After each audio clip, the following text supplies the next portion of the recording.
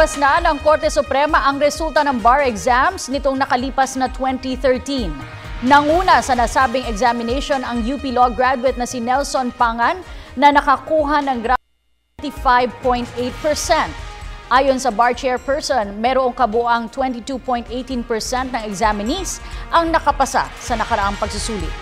Ang buong ulat mula kay Joseph Parafina via phone patch. Joseph? Maraming salamat, Kathy. Magandang gabi sa iyo. Sa 11 nanguna sa 2013 na nakakuha ng 10 highest ratings ay 5 dito mula sa University of the Philippines sa 2013 bar examinations.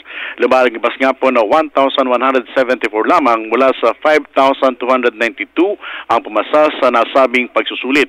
Ayon po sa Korte Suprema, 22.18% lamang ito mula sa nasabing mga bilang.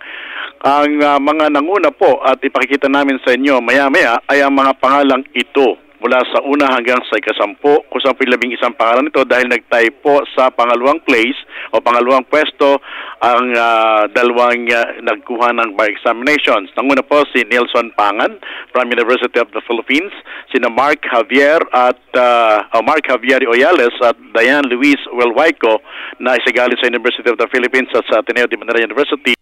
Nag-tie sa second place. Pamangatlo po, nakakuha ng 84.2% ay si Rudy Ortega. Pamang-apat, si Eden Catherine Mopea. Pang-5, si Tercel Maria Mercado Jepart.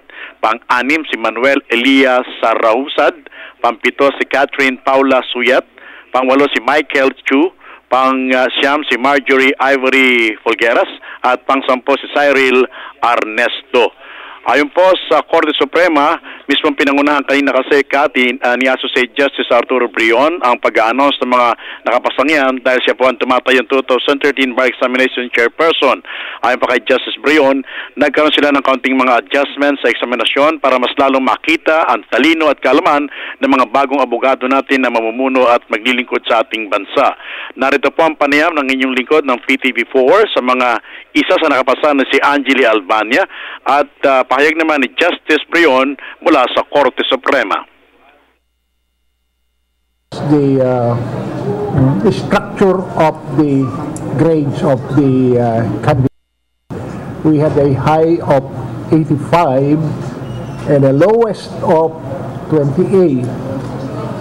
We looked also at the level of difficulty and the type of exam we gave. Many of our candidates had problems with the MCQ type questions, but generally they did very well with the essay questions. Redemption lang siya kapag bumagsak ka ng the first time. Thank you. Thank you. Katit, mga kaibigan, pinasalamatan din po ng Korte Suprema ang University of Santo Tomas kung saan po ginawa ang eksaminasyon, ang Philippine National Police, NBI, kung bakit naging matahimik at walang kaguluhang naganap. Ganun din po ang lokal na pamahalaan ng Luzon ng Maynila at sa tulong nito sa kanila sa pagsagawa ng nasabing eksaminasyon. Yan ang report mula sa Korte Suprema, Joseph Parafina.